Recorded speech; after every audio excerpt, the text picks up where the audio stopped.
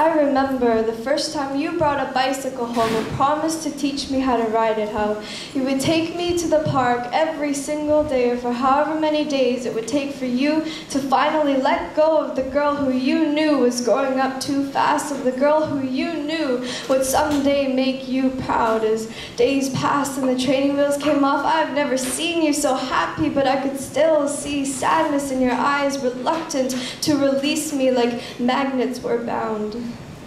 I remember the first time you handed me a notebook and a pencil to teach me the alphabet. Again, you would say, redo that just one more time, it's not neat enough. I was only 4, but expectations grew, and I knew that the only way to see that proud look on your face again was if I had practiced every day for endless minutes until my hand was burning.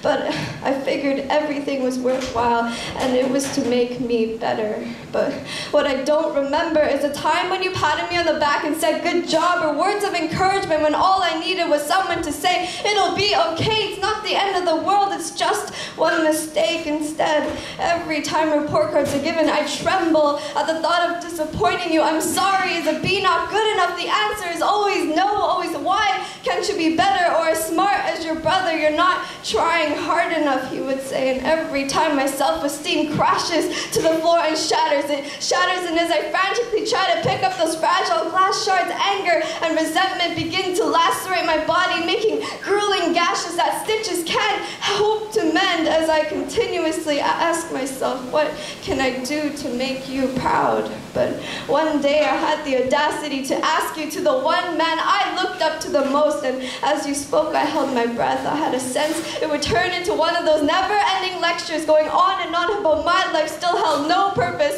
in this world, at least not until I graduate, have an impressive job with a great family, and somehow linking it all back to why we moved to Canada, why we moved here for you, Sophia, for a better education, for a better life, he would say. But you're wasting your time, Sophia. You're wasting your precious hours on stupid sports that won't benefit you in your future career, Sophia. Why don't you ever listen to me?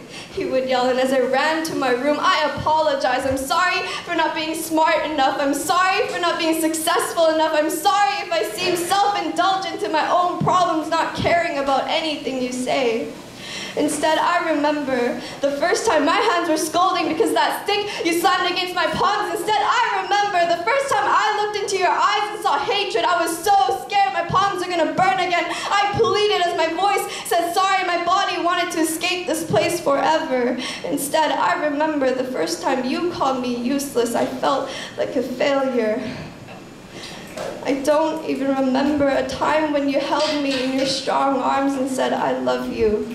But I know you do. You told me right before you took off those training wheels, I believe in you, I trust you.